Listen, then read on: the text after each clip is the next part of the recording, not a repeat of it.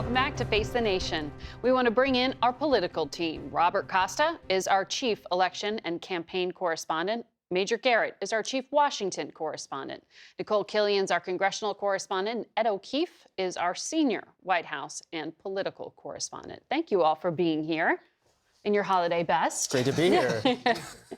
You know, 2023, Nikole, kept you very busy. You had a new Speaker of the House, this record number of retirements, resignations, departures. And now we start the new year potentially on the cusp of another government shutdown. Will they be able to legislate in 2024? Well, I think that's the million-dollar question. You know, one would hope, but the reality is it's going to be a very heavy lift for Congress in the new year, not only trying to fund the government, but also dealing with this unresolved issue of the national security supplemental, whether they can get an agreement on the border. You know, they have 10 legislative days before that first government funding deadline. And the issues have very real-world implications. I mean, Ed, some of these border figures are pretty staggering. 10,000 people per day at a time crossing.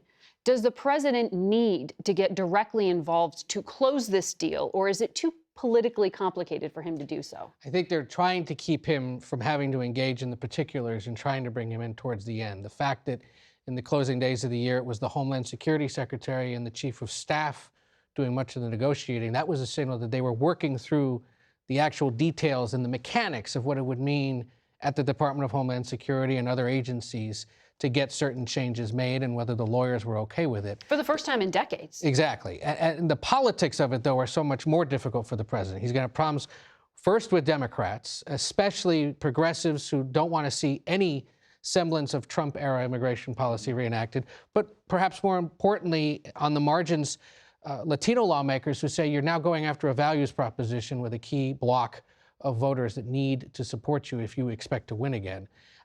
There was also concerns that they just weren't consulted at all in the beginning. But there's a political incentive for him to close a deal here, Major. If he can, and what is important about this immigration conversation, Margaret, it's not like the ones we've gone through for the last 10 years where we're talking about comprehensive, meaning the right gets something and the left gets something. The contours of this current debate are all on what Republicans want and are demanding on a policy side, not even just about money. And that is a seismic shift.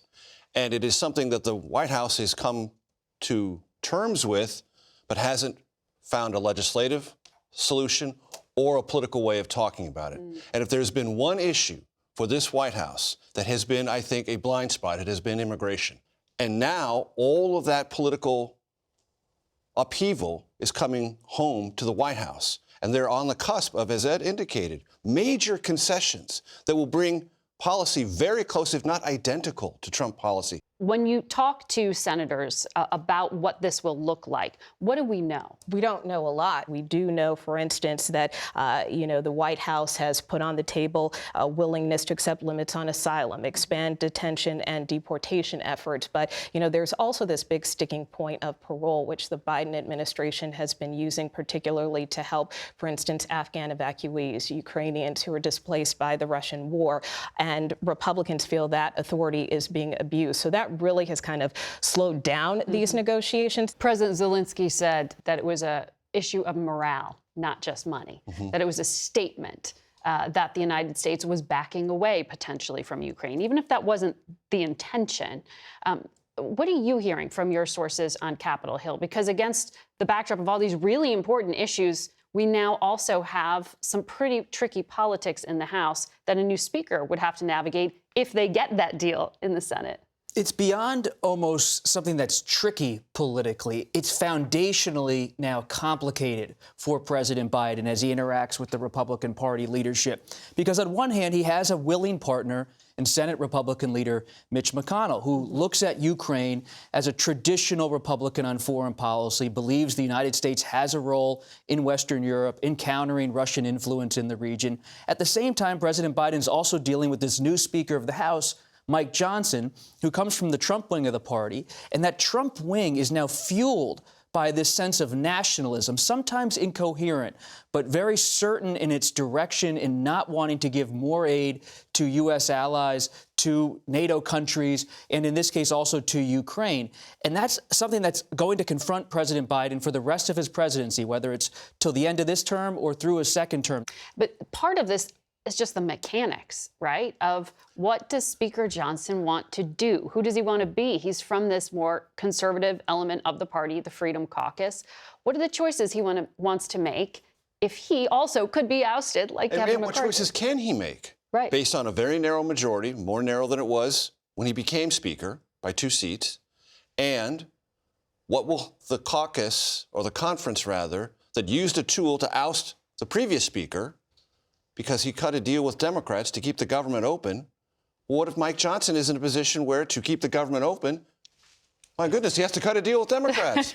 How do you look at that existential issue? I mean, well, we did see that to a certain extent when they passed this laddered or two-tiered CR, right? Actually, more Democrats voted for it The than short-term funding deal that Republicans. expires January. Exactly. And so, you know, it's possible that may have to happen again. Now, Speaker Johnson has made clear that he does not want to do any more short-term fixes. And so if they can't figure out this appropriations process, then both Republicans and Democrats may have to accept across-the-board cuts, which neither side wants to do. But I think, you know, if you look at Speaker Johnson's leadership, he also has shown times where he's been able to wrangle Republicans together, most notably with the impeachment inquiry vote, where Republicans voted unanimously for it. So it is a very narrow tightrope that the Speaker has to walk, but ultimately I think he showed that he can toe both lines when necessary, so we'll just have to see how he plays things come the new year. To the campaign trail. Bob Costa, I know you've been out there a fair amount. What are you taking away from what people across the country are hearing? They've already written off Washington as broken a long time ago, right? But what are they focused on and concerned about?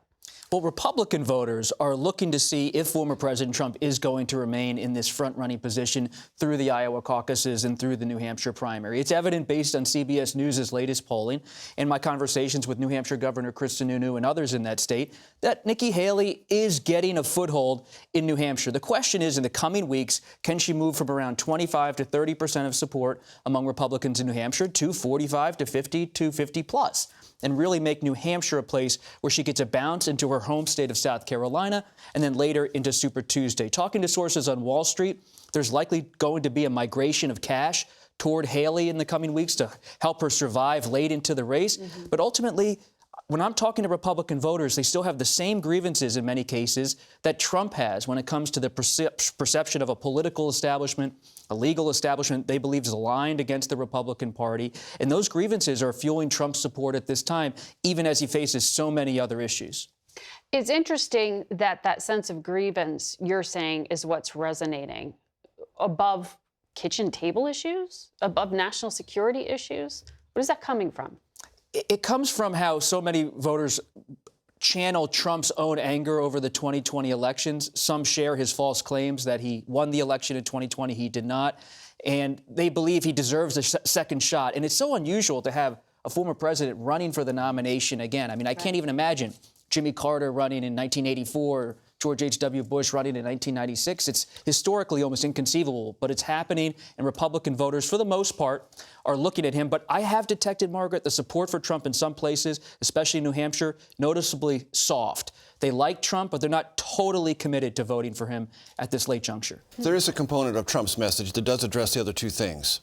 I'm not going to get you in wars. We didn't have any wars when I was president. That's on the national security isolationist or nationalist approach, and better off with Trump. They just rolled that campaign slogan out recently, meaning economically you were happier, more secure, felt better when I was there. So he is trying to address that, but the grievance is the thing that is the rocket fuel and has solidified him all through the long summer of indictments. So, Ed, tell me what the president's message for his reelection is. I was speaking to someone at the White House recently who told me the two issues of most concern to him are gas prices and the numbers at the border leading up to the election. So it's an economic and sort of public safety government management argument, right, is what they've been trying to make, that if you look at the economic indicators, inflation's going down, unemployment is staying low, consumer confidence is up, that's a good thing. Border security, crime are two issues that they certainly worry about because they know on the margins, independent voters all over the country, the Republicans that might be compelled to vote for him could be dissuaded if they see those things not necessarily handled. He also knows he has to deal with immigration because it is such a base issue of concern, not only an issue for independent voters. They fully expect it will be Trump. They fully expect to be able to throw up the contrast and say, the economy is in better shape, the pandemic's over, we're dealing with the global challenges that have occurred. He would do a worse job of it, and you should stick with this guy. And abortion and abortion. Democracy. That's what they're hoping creates momentum. They will be there. Those are Acts 2nd and 3rd. Acts 2 and 3. Harris is going to be out front on abortion rights based on my reporting.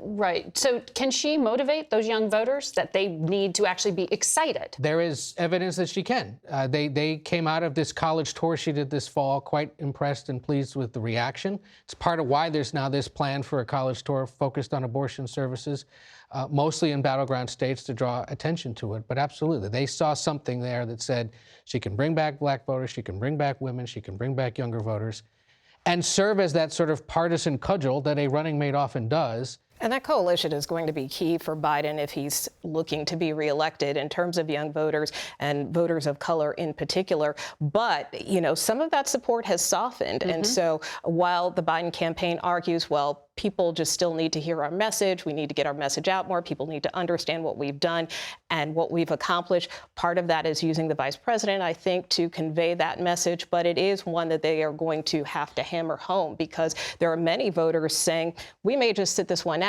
We don't necessarily like Trump and we're not going to vote for him, but we may not vote for Biden. And I think that's going to be a big hurdle for the Biden campaign as they move forward into 24. I want to make sure that I ask you, because I know you have spent a lot of time talking to election officials. We heard this incredible warning from Microsoft about foreign interference, but domestically, there's concern about security. Foreign interference is going to be a concern perpetually, and it is. We all love campaigns. For most of my political coverage career, I took the process by which we run elections for granted, overlooking the hundreds of thousands of Americans who do this work either as election administrators, as poll observers, or poll workers. I have a deeper appreciation for them now than ever before after 2020. They're stressed. Many of them are retiring or just quitting under that stress. That is a problem for institutional knowledge in a lot of swing states. That is something that people in this space who watch election administration very closely are worried about. They're under-resourced. Our elections are decentralized. There's no federal management of elections. We have a lot of elections. They're costly, they're local, and they're complex. Those are weaknesses and strengths. We do it pretty well, but this particular part of America that does this heroic work, oftentimes unnoticed, is under tremendous scrutiny, stress, anxiety, and some are leaving, and that does create a gap of knowledge, a gap of experience that may not help us through 2024. It's an open question, but there are those in this space who are nervous about it, very much so. I'm sure they are. And very real threats, as we saw in the last election. Threats that manifest themselves in lots of different ways. But if you're an election worker, it doesn't matter if it's a text message or if it's a phone call that's left on a voicemail in the office. You feel threatened. Right. They walk to their cars wondering, should they be looking over? They actually are looking over their shoulders. And that's not a space we want our fellow Americans, our neighbors, our friends to be in when they're doing this work of helping us cast, count, and certify our votes. And it is incredible. I mean, to your point about the brain drain, how I remember talking to the Arizona Secretary of State about this. All of what happened in the last 4 or 5 years is coinciding with a lot of people just aging out. So it's not even that they're quitting because they're intimidated. They're quitting because it's time to retire, time to not do this anymore and pass it off to the next generation. New generation. And the concern is that next generation is going to be wearing blue or red visors and sunglasses while they're counting the votes. Well, we have to leave this part of the conversation here. We'll continue our conversation after a quick break. We'll be right back.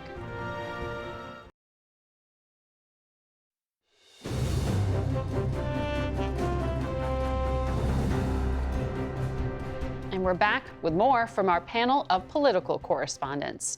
This is one of my favorite parts. So you guys get to predict the future. What do you expect in 2024? Look, there's been a lot of talk about micro-targeting and the ways that candidates are going to try to reach the voters. I predict, however, that one of the tried and true pieces of presidential campaigns will endure, and that there will be at least one televised debate between the Democrat and Republican presidential nominees. Which would be standard fare. It would be, and any but other despite year. But it's very much uncertain. But it's Yes, very much very uncertain uncertain. right now, given concerns about the nonpartisan commission on presidential debates. Yes. And the willingness of the potential nominees Yes. as we currently imagine them. Yeah. But if it's Biden and Trump, they can't help themselves, and they'll want at least one go at it.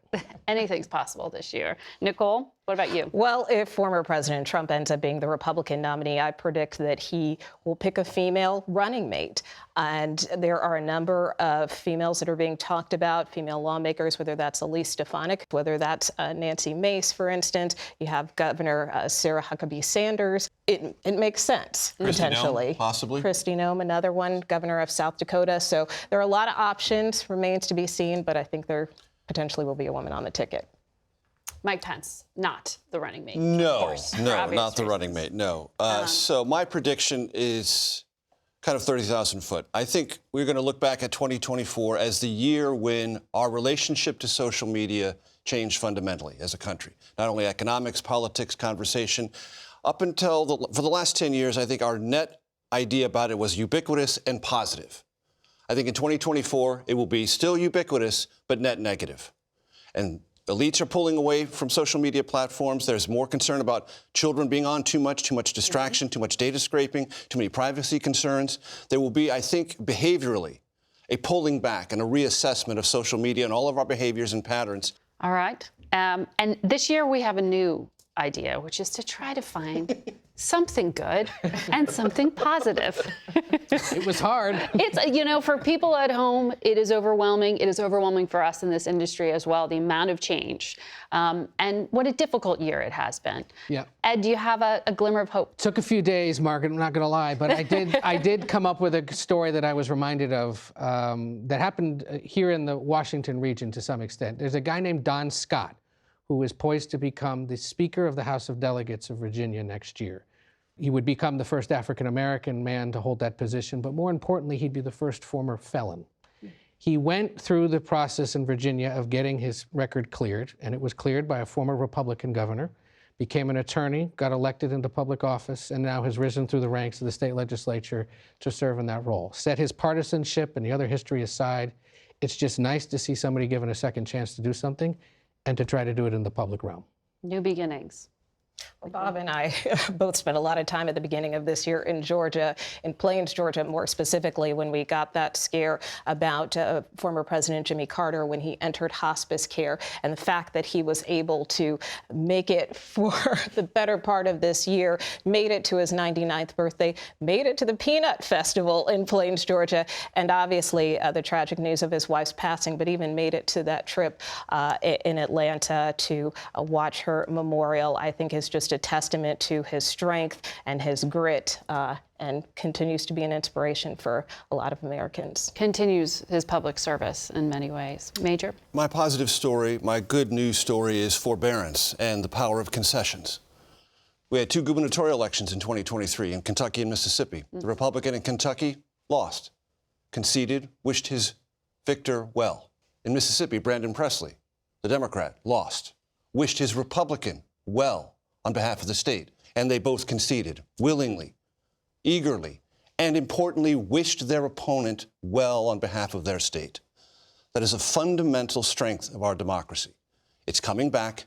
It needs to be encouraged everywhere it's seen. Bob?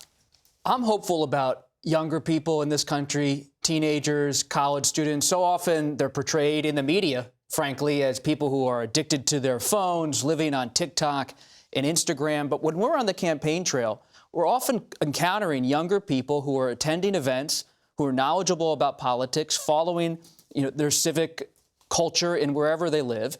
And I'm hopeful whenever I meet some of these younger people that not everything is going to be negative, that the younger generation does care, but we just got to listen to them.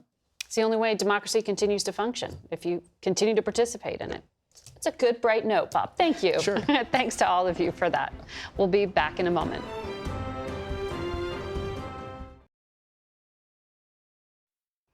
Here on Face the Nation, we've covered a lot of tough stories this year. So we asked Mark Strassmann to go back and recap some of the good news. Ladies first, Women headlined all over in 2023, Taylor and her jubilant Swifties. It's amazing that everybody comes together and we're all dressed up and we all participate. Beyonce and the Beehive. Both tours generated billions for local economies, mostly from women cheering their heroes. I have never been more confident and proud to be in my own skin because of her. And Barbie, not just a Hollywood hit, a cultural conversation. Barbie is such a strong and empowered woman. She has 90 jobs. Good news, speaking of jobs, in 2023, America's rate of working women between 25 and 54 hit a record high. And the overall economy, inflation's down, recession fears fading. And we're seeing inflation making real progress. These are the things we've been wanting to see. Core inflation's down to 4%. Back in January, it was 5.6%. No justice! No Jeeps! No justice! 2023 emboldened workers, especially union workers. On strike, nurses, auto workers, Hollywood. And they all picketed a path to a happy ending on payday. We were finally realizing, wait, we know our worth. Fans of comeuppance, or just telling the truth, also hit the jackpot. Rudy Giuliani ordered to pay millions for lies he told about 2 Georgia election workers. And George Santos, the prince of make-believe, drummed out of Congress. In entertainment, Michelle Yeoh became the first Asian woman to win the Best Actress Oscar. And a salute to Admiral Lisa Franchetti. She's the first ever female member of the Joint Chiefs of Staff.